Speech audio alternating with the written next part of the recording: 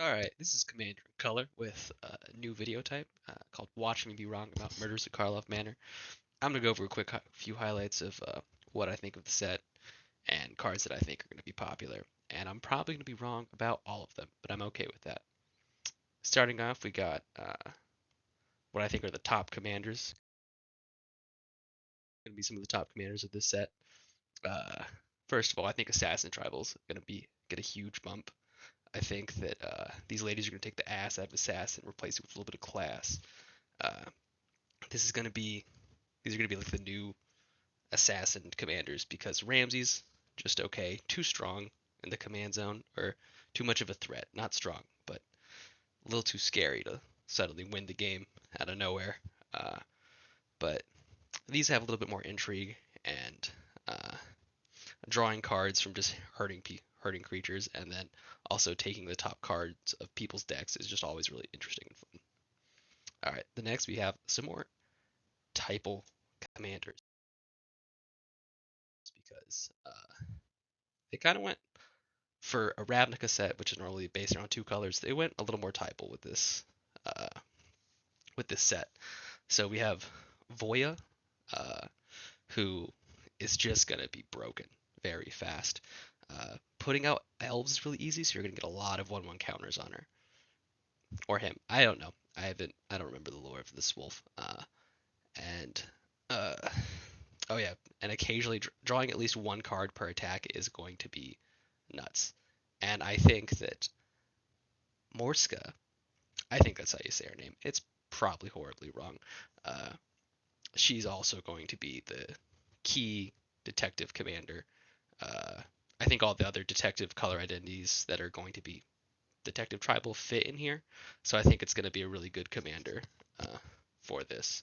And I think it's probably going to be the most popular out of the precons, I'm going to guess. But, we'll have to see.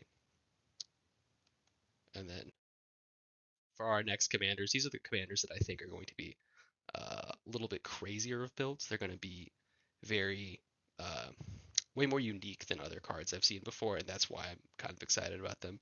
I think Kylox is going to be crazy is it Storm, which is seen before, but it's going to be about attacking and sacrificing creatures, which is super interesting. And as far as the Mole God goes, because I'm not going to try and say his name, who's I'm not going to do that.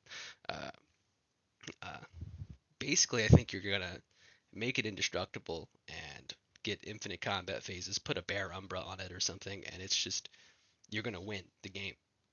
I don't see how you don't win the game with like a Bear Umbra and some form of indestructible. Uh, you could put like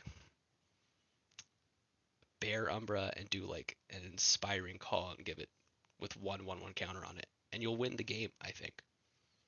Yeah, I think that works out. Uh, yeah, and as far as the Pride Hull of Clade goes, I think that's just really cool to hit someone and draw 15 cards. That's going to be absolutely insane.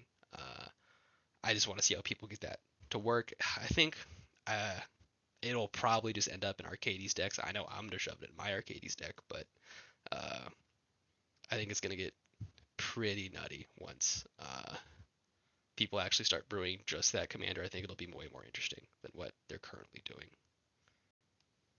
And this next thing is just cards I want to see in play. I don't necessarily know if they're going to be good or bad. Okay, I know three of these cards are probably going to be two of them are going to be pretty okay, pretty good. Uh, but the one of them I have questions about. Uh, Connecting the dots is just red kind of gets card draw. It doesn't because you still have to discard your hand. But like you're playing mono red, you're gonna end up discarding your hand, or it's gonna happen. You're gonna have to discard a draw card. You've accepted that, or you're just gonna, I don't know, discard a couple lands. Who cares? If you're playing goblins, it's probably what I'm gonna shove it in. Uh, you're gonna get like 30 cards, and in red that never happens. So amazing. Uh, un Unyielding gatekeeper. I think it's gonna be good, or just like people will know you're playing unyielding gatekeeper because it's just so versatile, and I think it'll fit in decks that don't necessarily have flip up mechanics. I'm gonna put it in an elephant deck. I just think it's so good to re-trigger an ETB, or if you need to XL something, give them a 2/2. Uh, and as far as Doppelgang goes, I just want to see someone pull it off with like dumping 30 mana into it, copy 30 things 30 times. Like, okay, not 30, but like a lot of times. I think that's going to be nuts, potentially game winning. You can only cast it at sorcery speed, but like, thank God, uh, they're not going to have haste.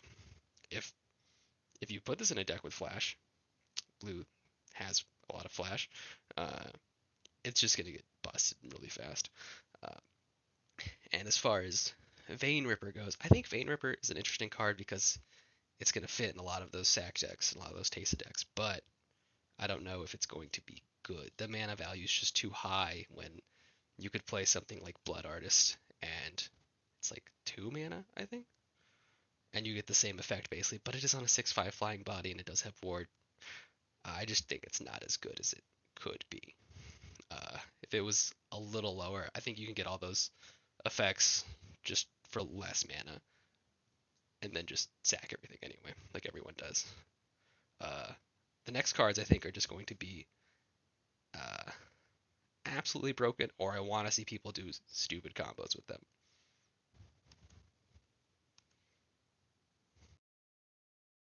Uh, Crime Novelist, I've already seen a ton of combos. You get to crack a treasure token or a clue token or a food token even. Uh, Food tokens are good now, so it doesn't even it's not bad. Uh, and you get a 1/1 counter and you get red mana. So if you crack a treasure token, you get 2 mana. If you crack a clue token, you get a card and you get a mana back. You're basically only spending 1 mana, and that just there's just so many possibilities of things you can do like with that. Uh, I think it's gonna be really crazy and interesting. I've already seen some infinite combos and it goes nuts.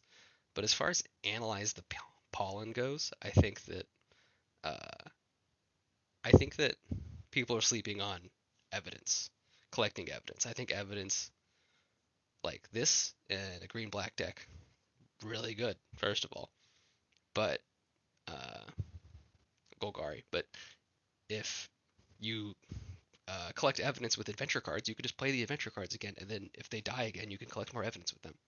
That just sounds really cool and really exciting, and I want to see someone pull that off in a game.